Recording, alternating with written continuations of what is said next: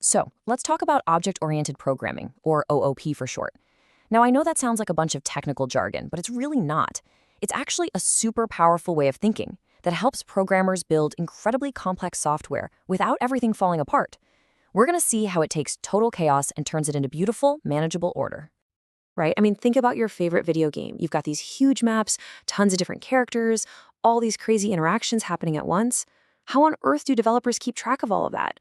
Well, the secret is a way of organizing code that actually mimics how we organize things in the real world.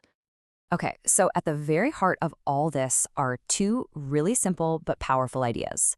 You have the blueprint for something, and then you have the actual thing you build from that blueprint.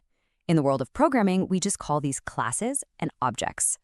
A class is the master plan. It's the blueprint. So imagine a game designer sketching out the idea for a generic enemy.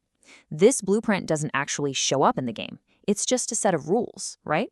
It's like an architect's drawings. It tells you everything about the house, but you can't actually live in the drawings themselves. So this blueprint, this class, defines what every character needs to have. It might say, okay, every character must have a name and a certain amount of health, and it'll define things they can do, their actions, like the ability to jump. It is the absolute essential template for every single character that's going to exist in this world. The object, now that is the real deal. An object is what you get when you take that blueprint and actually build something with it. It's the character you see running around on your screen. The moment you create an object, the program sets aside some memory and brings that idea to life. And here's where it gets cool. From that single character blueprint, you can stamp out as many unique objects as you want.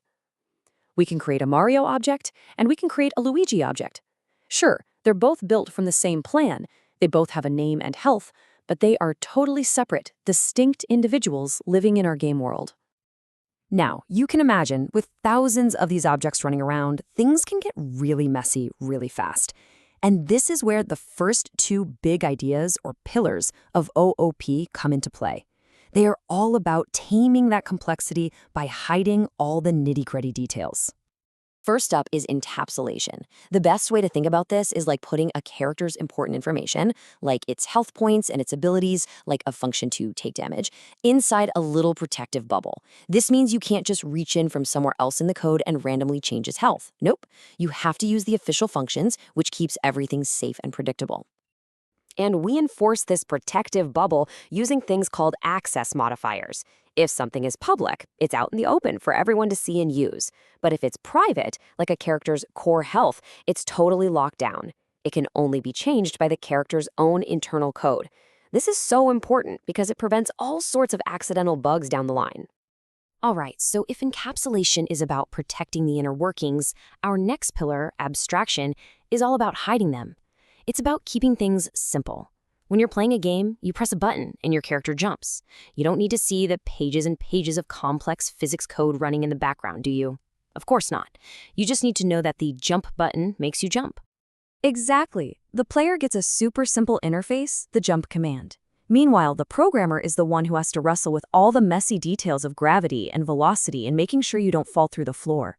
Abstraction is what creates that clean separation between what something does and how it actually does it. It makes everything so much easier to use. But OOP isn't just about hiding stuff. It's also about creating really smart, logical relationships in your code. It's about writing code that you can reuse over and over again. And that brings us to our next two pillars, inheritance and polymorphism. Inheritance is amazing. It lets us create a family of classes. So instead of designing every single type of enemy in our game from scratch, we can create one general enemy blueprint. Then we can have more specific enemies like Goombas or Koopas inherit all the basic traits from that main blueprint. And this is all about being efficient. You see here, both the Goomba and the Koopa are a type of enemy. They automatically get all the stuff that a basic enemy has and can do. But then we can add their own unique twists. The Goomba just walks back and forth, but the Koopa has a shell. This saves a massive amount of time and keeps our code world neat and tidy. And that brings us to our final pillar, polymorphism. This one sounds fancy, but it literally just means many forms. And trust me, this concept is a real game changer. It means you can ask different objects to do the same basic action, and each one will respond in its own special way. Let's go back to our game. Imagine we have one single action. You stomp on an enemy. So in the code, we can just call a generic function like onStompedOn for any enemy character. But what happens next? Well, that completely depends on what kind of enemy you just stomped on.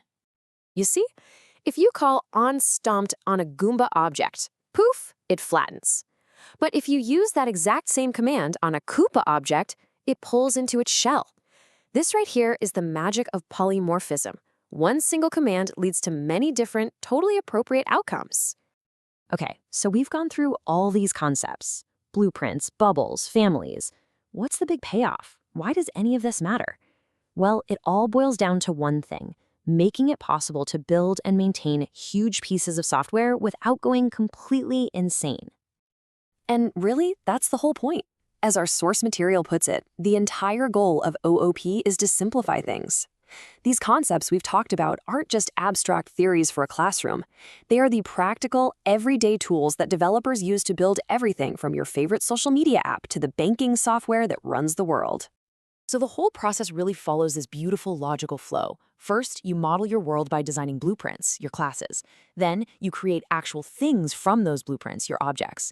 You organize how they all interact using those 4 pillars. And finally, you reuse your hard work through inheritance, allowing you to build bigger and more complex worlds from simple, reliable parts. And that's our look at object-oriented programming. It's really just a powerful way of thinking that helps us turn messy code into a collection of neat, interacting objects, a lot like the real world. So the next time you're exploring some digital universe, take a second to think about all the blueprints working behind the scenes. It makes you wonder, right? If you were building a world, what would you build first?